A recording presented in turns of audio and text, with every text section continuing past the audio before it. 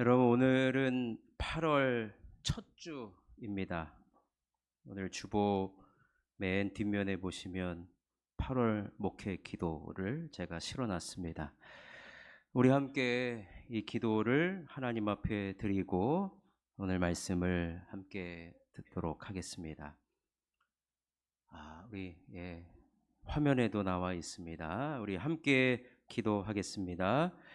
여름이 자신의 존재감을 강렬하게 드러내고 있는 이때에 하나님을 사랑하는 자들이 8월에도 어김없이 이곳에 모였고 예배하고 있습니다. 또한 교회를 사랑하며 맡겨주신 직분과 사명을 충성되이 감당하고자 하오니 성령이여 우리와 함께 하옵소서. 같은 말, 같은 마음, 같은 뜻으로 교회를 섬길 때 우리 교회는 행복한 교회요, 그리스도의 십자가가 드러나는 교회요, 하나님의 능력이 나타나는 교회가 되게 하옵소서. 또한 무더운 더위에 지치지 않고 어떤 상황 속에서도 우리 성도님들을 지켜주시고 가정과 자녀 그리고 생업의 현장에서 복의 통로가 되게 하시고 건강의 복으로 인도하여 주시옵소서.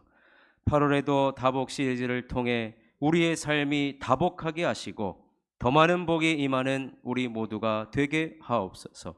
이 나라와 민족 그리고 선교사님들에게 형통으로 인도하여 주시옵소서. 예수님의 이름으로 기도합니다. 아멘. 여러분, 8월 한 달에도 다복한 은혜가 있으시기를 주님의 이름으로 축원합니다. 우리 옆에 있는 분하고 인사하겠습니다. 8월에도 복은 제가 다 받겠습니다.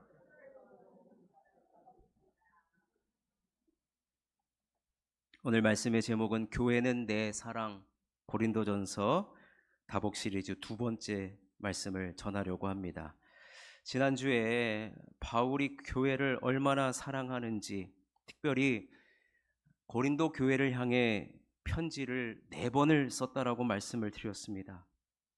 그리고 나는 없고 오직 그리스도만 드러나고 십자가만 드러나는 그런 교회를 이루기를 원했습니다. 여러분들도 이런 교회를 이루시기를 원하면 큰 소리로 아멘해 주십시오. 오늘 한 가지를 더 살펴보고자 하는데, 오늘 한 가지는 어떤 문제라도 성경 안에 해답이 있다는 것입니다. 제가 지난 시간에 고린도서에는 자랑이라는 말이 9번이나 쓰이면서 그로 인해서 교회 안에 질서가 깨져버립니다. 그리고 나서 교회 안에 하나하나씩 여러 가지 문제들이 생겨납니다. 바울이 고린도 교회를 세운 개척자요, 고린도 교회를 목회하는 목회자로서 그가 이 문제들을 놓고 그는 두 손 두 발 들지 않았습니다. 그는 때로는 친절하게 그 문제들을 해결하려고 했었고, 때로는 꾸짖으면서 조언을 주고 있습니다. 그래서 고린도 전서만큼 우리의 삶에 이렇게 실제적으로 와닿는 성경이 또 있을까 할 정도로 신약에서 가장 실용적인 책으로 꼽히며 실천신학의 보화로 알려지고 있습니다. 여러분, 생각해 보십시오. 바울은 자신의 삶을 그리스도께 바친 자입니다. 그 말을 다른 말로 하면 그는 하나님의 말씀에 자신의 생명을 걸었다 해도 과언이 아닙니다. 그의 삶에 살아가는 원칙, 그가 선교하고 목회하는 원칙은 딱 한 가지밖에 없습니다. 그것이 뭐냐면 하나님의 말씀입니다. 고린도 교회에 나타난 문제, 서로 자랑하다 보니까 서로 자랑이 당연히 여러분 부딪히게 되죠. 이 갈등의 문제를 고린도 교회 성도들이 어떻게 해결한지 아십니까? 우리 다른 이방 종교 가서 한번 물어봅시다. 이방 사제들한테 한번 물어봅시다. 아니면 다른 책에 어떻게 써 있는지 한번 물어봅시다. 심지어는 이교도 법정에 가서 서로가 서로를 소송하는 일까지 벌어집니다. 그리고 고린도전서 8장에 보면은 우상에 바쳐졌던 그 음식을 먹는 문제, 누군가는 그 음식을 먹는 사람을 손가락질을 합니다. 아니 어떻게 이방 신에게 바쳐진 음식을 먹을 수 있느냐. 그리고 성찬식이 열리기 전에 먼저 온 사람들은 뒷사람 생각하지 않고 교회에 남은 음식을 다 먹어치워서 일하고 온 사람들이 배고파서 만찬에 참여하지 못하는 그런 일도 있었고, 또 특별히 고린도전서 15장을 보면은 부활을 부인하는 자들이 교회에 옵니다. 이런 각양각색의 문제들을 사도 바울이 어떻게 하나하나를 풀어나가는가, 제가 오늘 말씀의 정답부터 결론부터 말씀드리면 바울은 이 문제들을, 잘 들으십시오, 교회 안에서 해결을 했고요, 다른 말로 하면 주님 안에서 해결을 했고, 하나님 말씀으로 해결을 해나갔습니다.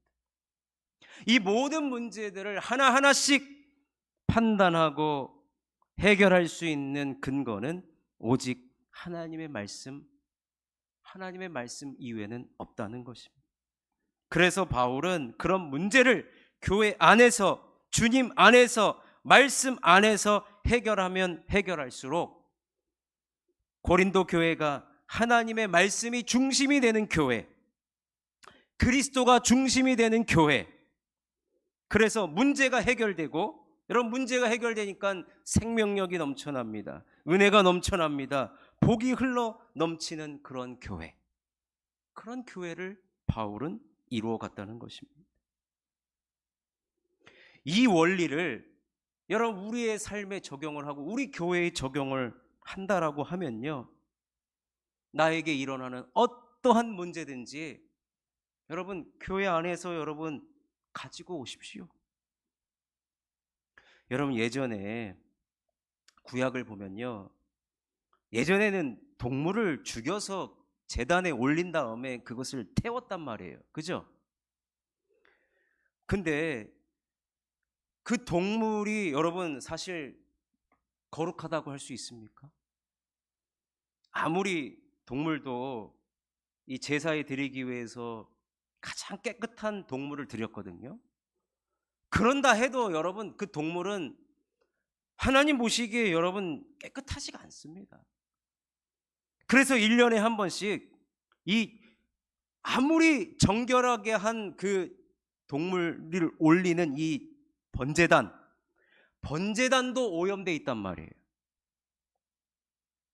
그래서 이 번제단도 여러분 깨끗이 1년에 한 번 대속죄일 때 닦습니다. 거룩해지라고. 제가 무슨 말씀을 하느냐, 여러분 우리가 살아가는 삶은 교회 밖에서 일어나는 문제들입니다. 내 삶 속에서 벌어지는 일들입니다. 그런데 그 문제들을 어떻게 하냐면 교회 안으로 가지고 들어오라는 겁니다. 교회 안으로 가지고 들어오라는 겁니다. 왜냐? 교회 밖에, 주님 밖에, 말씀 밖에는 해결할 수가 없어요. 임시 땜빵은 할 수 있어요. 간단하게 처방은 할 수 있어요.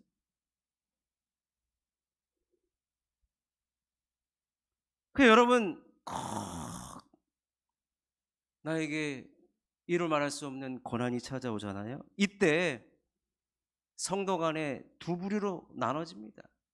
한 부류는 이 고난과 아픔 때문에 교회 밖에서 그 문제를 해결하고자 교회를 떠나고 말씀을 떠나고 주님을 떠나는 사람이 있는가 하면, 결국 이 문제는 주님만이 해결해 주실 수 있다, 이 문제의 해결은 하나님에게 있다 라고 해서 더 주님 앞으로 가까이 나오는, 그렇게 두 부류로 나눠지는 것입니다. 오늘 바울이 우리들에게 뭐라고 말하고 있느냐, 하나님의 말씀은 우리들이 어떤 문제 해결하지 못하고 세상 밖에서 어떻게 그런 걸 교회에 가지고 와서 하나님 앞에 간구할 수 있냐 한다 할지라도 그것을 주님 앞으로 가지고 나오면 우리가 살아가면서 겪는 어떠한 문제라도 그 문제의 해결은 하나님의 말씀 속에 다 담겨져 있다는 겁니다. 아멘이십니까? 하나님의 말씀의 충족성이고 충분성입니다. 다른 것 의지할 필요도 없고 하나님 말씀 하나만으로 만족할 만한 넉넉한 해결이 반드시 하나님 말씀 속에 들어있다라는 것입니다.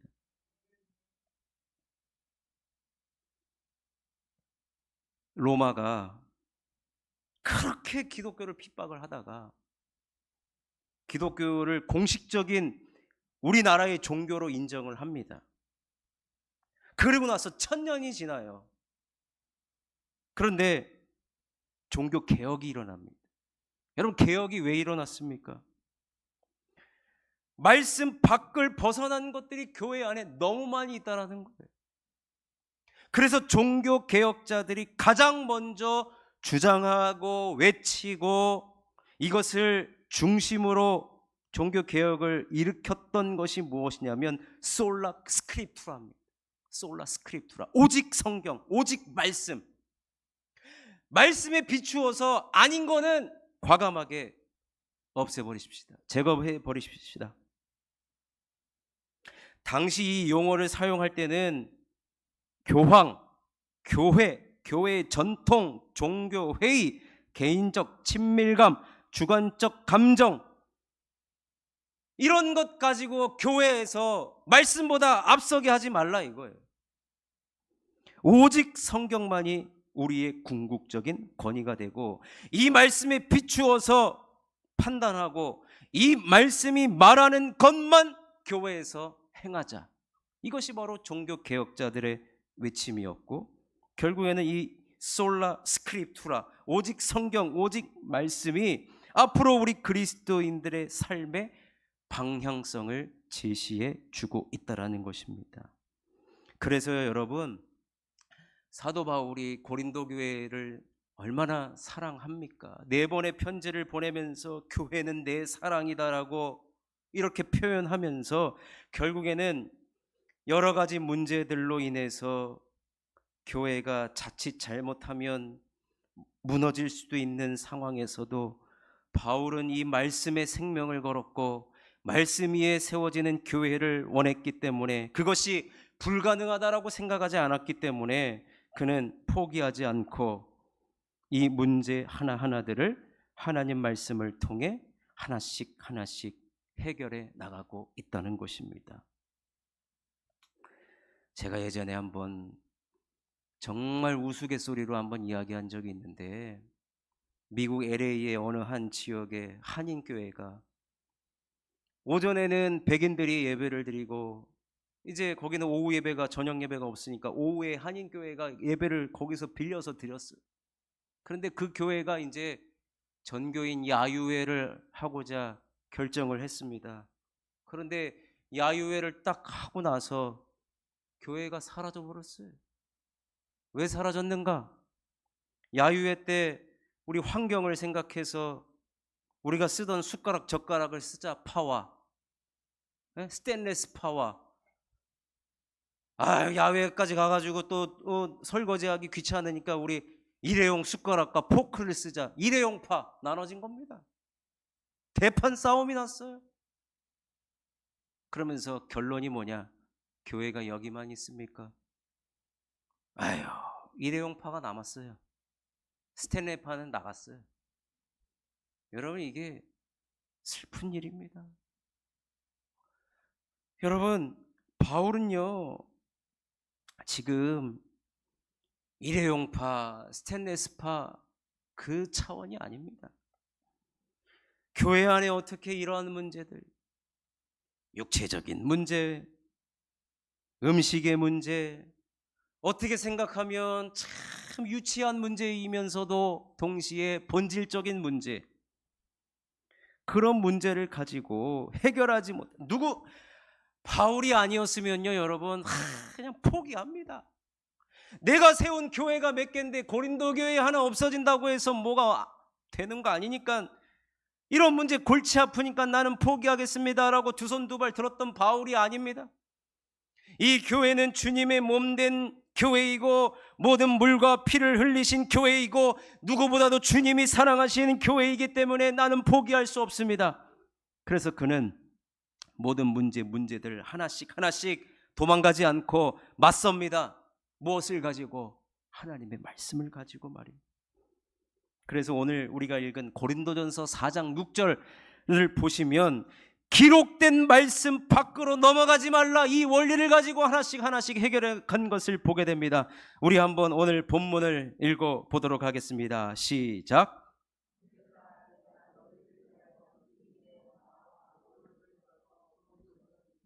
이는 너희로 하여금 기록된 말씀 밖으로 넘어가지 말라 한 것을 우리에게서 배워 서로 대적하여 교만한 마음을 가지지 말게 하려 함이라.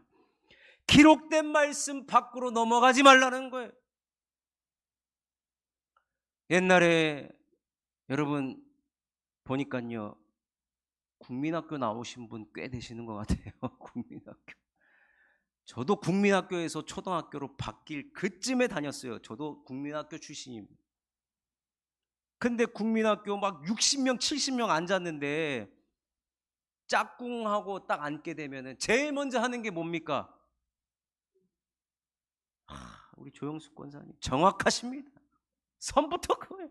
너 여기 넘어오지 말라고. 선 그어가지고 넘어오면 어떻게 됩니까? 다 내게 되는 거예요. 지우개 넘어오면 내 거, 샤프 연필 넘어오면 내 거. 근데 머리 좋은 짝꿍 있죠, 쓰레기를 던져보내요. 여러분 그 차원이 아닙니다. 이 책상에 줄 긋는 차원이 아닙니다. 기록된 말씀 밖으로 나가면 어떤 일이 벌어집니까? 대적하는 일이 벌어지고 교만한 마음이 나타나게 되는 것입니다. 무질서하게 된다는 거예요. 교회가 무너지게 된다는 겁니다. 하나님 만들어 놓으신 사랑하시는 것을 무너뜨리는 자가 된다는 것입니다. 그러니 사랑하는 성도 여러분, 바울의 원칙, 말씀 밖으로 넘어가지 않는 것이었습니다. 말씀 안에 있으면서, 그래서 바울은 우리에게 희망을 줍니다. 내가 말씀 안에 있으면 어떠한 문제도 해결할 수 있구나. 자녀의 문제, 가정의 문제, 건강의 문제마다 해결되지 않은 모든 문제들이 내가 말씀 안에 있으면 해결되겠구나. 여러분, 우리들에게 소망을 주는 거예요. 고린도전서 15장에 보면은 부활을 믿지 않는 자들이 교회 안에 침투해 오면서 부활은 없습니다, 눈 하나 깜짝 안 하면서 그런 거짓을 퍼뜨립니다. 그럴 때 바울이 뭐라고 얘기하는지 아십니까? 예수님은 성경대로 부활했습니다. 자, 고린도전서 15장 3절에서 4절을 읽겠습니다. 시작. 내가 받은 것을 먼저 너희에게 전하였노니 이는 성경대로 그리스도께서 우리 죄를 위하여 죽으시고 장사 지낸 바 되셨다가 성경대로 사흘 만에 다시 살아나서, 바울이 교회를 지키고 교회를 하나 되게 하고 교회를 은혜스럽게 하고 교회를 부흥하게 하는 무기가 한 가지가 있는데 그게 무엇입니까? 성경대로. 여러분 저를 따라 외쳐주십시오. 성경대로. 여러분, 바울이 이런 태도를 가지니까,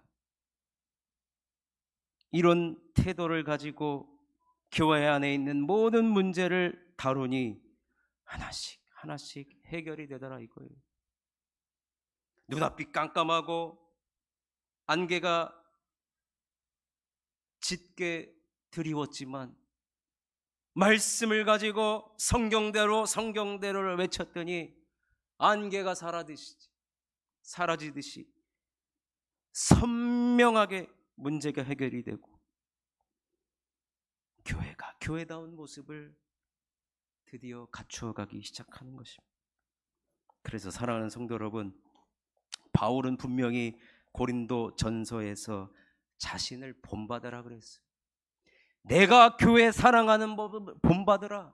그러면 내가 가는 그 길을 따라가라는 거예요.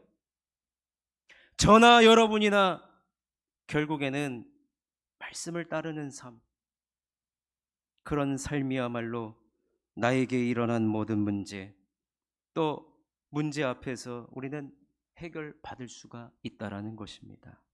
그렇다면 짧게 제가 세 가지. 그렇다면 우리가 말씀에 대해서 어떤 태도를 가져야 내 앞에 일어난 모든 문제를 해결할 수 있을까? 자, 첫 번째는 말씀에 뿌리를 내리며 묵상하는 태도를 가져야 한다는 것입니다. 말씀에 뿌리를 내리는 신앙. 여러분, 신앙생활 하시는 분들을 보면 다양하게 나타납니다. 어떤 분은 말씀에 뿌리를 내리며 매일매일 정해진 분량의 말씀을 읽어나가며 그 말씀을 묵상하며 신앙생활을 하는가 하면, 어떤 분들은 말씀을 전해주는 목회자 안 하면 충분하지 뭐, 목회자를 맹신하며 신앙생활을 하기도 하고, 아예 난 그런 거 필요 없고 나는 기도파입니다. 주구장창 기도만, 그냥 나는 그냥 찬송할 때 내 마음이 기쁘고 즐거우니까 나는 그냥 찬송파입니다. 여러분, 그렇지만 가장 우리 성경에서 우리들에게 이야기하고 있는 것은 말씀에 뿌리를 내리라는 거예요.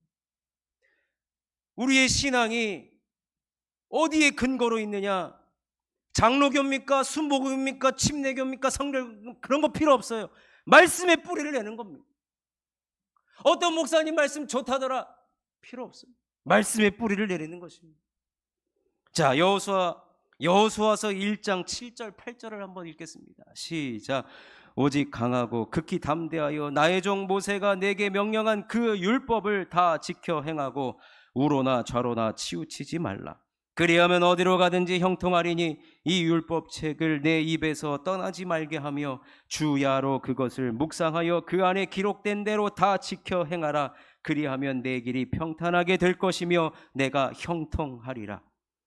말씀을 우리의 입에서 떠나지 말게 하며 우리의 눈에서, 손에서, 발에서, 마음에서 떠나지 말게 하며 주야로 그것을 묵상하라는 겁니다. 여러분, 묵상이란 말이 쉬운 말로 하면 소가 먹은 여물을 되새김질 하듯이 그 말씀, 나에게 들려진 말씀을 가지고 내가 계속해서 반복해서 생각하고 나에게 적용하고, 그것이 바로 말씀으로 가득 채우는 삶이 바로 묵상하는 삶입니다. 그러면 어떤 일이 벌어지느냐? 형통이 나타납니다. 우리의 길이 평탄하게 될 것입니다. 그래서 시편 1편 3절은 이렇게 이야기합니다. 읽겠습니다. 시작. 그는 시냇가에 심은 나무가 철을 따라 열매를 맺으며 그 잎사귀가 마르지 아니함 같으니 그가 하는 모든 일이 다 형통하리로다. 우리의 신앙, 우리의 믿음을 하나님 말씀에 뿌리게 되면 나타나는 현상은 철 따라 열매를 맺는 거예요. 마르지 않는 겁니다. 하는 모든 일이 다 형통하게 되어 있습니다. 그러니 사랑하는 성도 여러분, 우리 모두는 말씀에 뿌리를 내리는 삶을 반드시 살아가야 될 줄로 믿습니다. 두 번째로는 말씀을 곰곰이 따져보며 생각하며 읽어야 하는, 제가 로마서에서 이거는 말씀을 드렸기 때문에 간단하게 넘어갑니다. 생각하는 신앙을 가지셔야 된다는 겁니다. 우리 기독교는 무작정 덮어놓고 믿는 믿음이 아니에요. 말씀을 읽어야 됩니다. 들어야 됩니다. 곰곰이 따져보아야 됩니다. 냉철한 이성, 차가운 머리로 성경을 대하며 단순히 지식적인 알모로 끝나는 것이 아닙니다. 많이 안다고 해서 여러분 제대로 알아야 됩니다. 제대로 알아야 됩니다. 경험되는 진리가 되어야 한다는 것입니다. 마지막 세 번째, 좋은 성경 교사를 옆에 두고 있어야 합니다.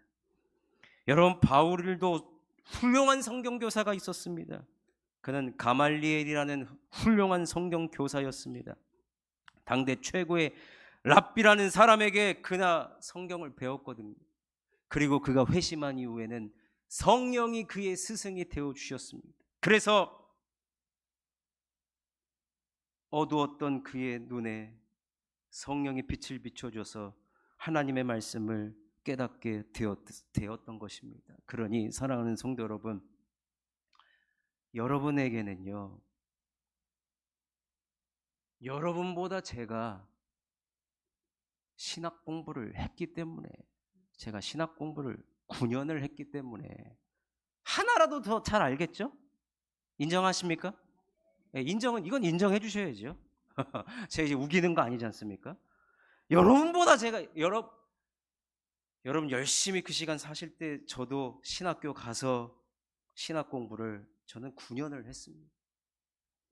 그렇다면 여러분보다 조금 더 알 텐데 결국에는 제가 이것을 말씀드리는 이유는 하나님께서 저를 이곳에 보내주셨다는 것은 여러분의 좋은 성경교사가 되라고 저를 이곳에 보내주셨다는 겁니다. 그렇기 때문에 여러분 저를 어떻게 기도해 주셔야 하냐면, 자, 시편 78편 72절에 근거해서 기도해 주십시오. 읽겠습니다. 시작. 이에 그가 그들을 자기의 마음의 완전함으로 기르고 그의 손의 능숙함으로 그들을 지도하였도다. 그의 손의 능숙함으로. 이게 뭐냐? 능숙함, 전문성입니다. 전문성. 그런데 여러분 저 신학교 졸업한 지 벌써 뭐예요? 지금 15년 됐어요. 15년이 뭐예요? 들어간 지 20년, 나온 지 10년 됐네요. 그때 거 가지고 여러분 제가 계속 우려먹지 않습니다. 저도 배웁니다. 또 배우고 또 배우고, 현재 신학의 트렌드 어떻게 해석하는가, 또 요즘 교단에 어떤 문제가 지금 벌어지고 있는가. 요즘 WEA라고, 지난번에 제가 로잔 한번 말씀드렸잖아요.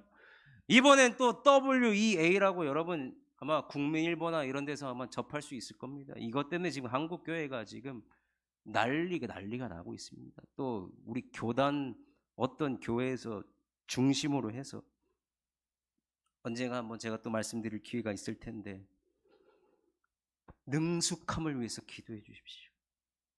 성경에 전문성이 있어야 됩니다. 여기서 말하는 전문성이란 여러분보다 하나 더 알아가지고 막 잘난 체하고 그런 게 아니라 하나님 말씀을 제대로 가르쳐야 되지 않겠습니까? 아멘이십니까?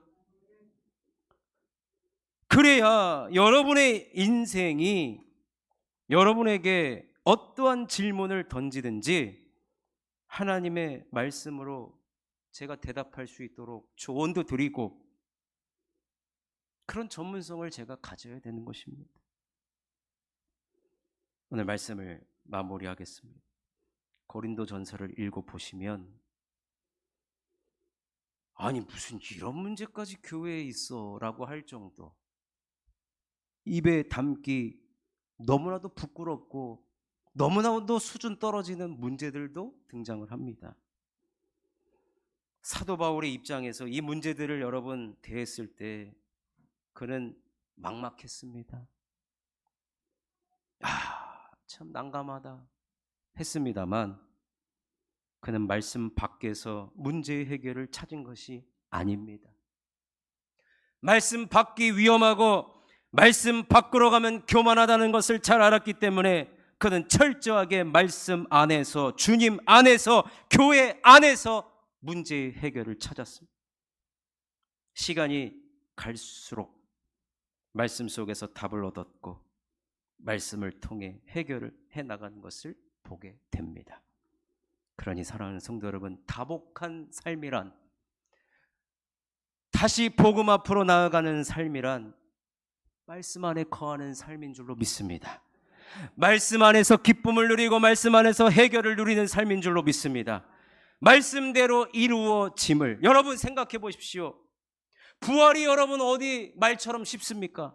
근데 그 부활이 성경대로 이루어졌습니다. 그것을 본다면 이 세상에 해결되지 않은 문제는 하나도 없다는 것입니다. 그것을 믿으시고 말씀을 근거로 붙드시고 기도하시고 그 말씀을 완전히 내 것으로 만드시는 저와 여러분이 되시기를 주님의 이름으로 축원합니다.